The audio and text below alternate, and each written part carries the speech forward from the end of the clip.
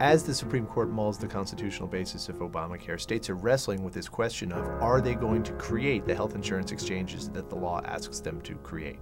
These exchanges are new government bureaucracies through which the health care law will force Americans to purchase health insurance.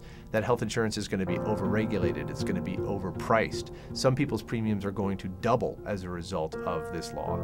And these exchanges are also the conduit for hundreds of billions of dollars of taxpayer subsidies that are going to go to private health insurance companies. But the healthcare law doesn't actually require states to create these exchanges, and without these exchanges, the whole law falls apart.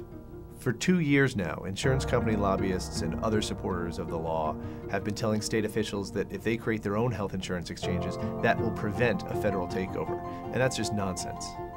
While it's true that the law authorizes the federal government to create health insurance exchanges in states that do not, the federal government is going to control all these exchanges no matter who creates them. The only difference is if a state creates its own exchange, then the state has to pay for it.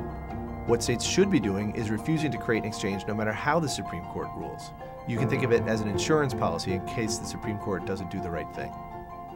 The healthcare law imposes a new tax on employers who don't offer to their workers what the government considers essential coverage. That tax can run as high as $3,000 per employee.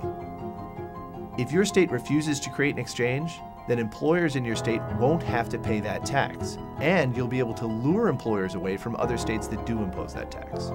Refusing to create exchanges would also go a long way toward reducing the national debt, because the Obama administration would not be able to hand out hundreds of billions of dollars in taxpayer subsidies to private health insurance companies. If a state creates an exchange, it has to pay $10 to $100 million per year to run it. But if it doesn't create an exchange, then the federal government has to pay for it. And the federal government has admitted that it doesn't have the money to create these exchanges, so there may not be an exchange at all. The most important reason not to create an exchange is the Constitution itself. The Obama administration has said that it will try to tax employers and hand out these subsidies in federal exchanges, even though no law gives it the authority to do so. If they try to do that, then every employer in your state, including the state government itself, will be able to challenge that unconstitutional overreach in court, but only if the state does not create an exchange.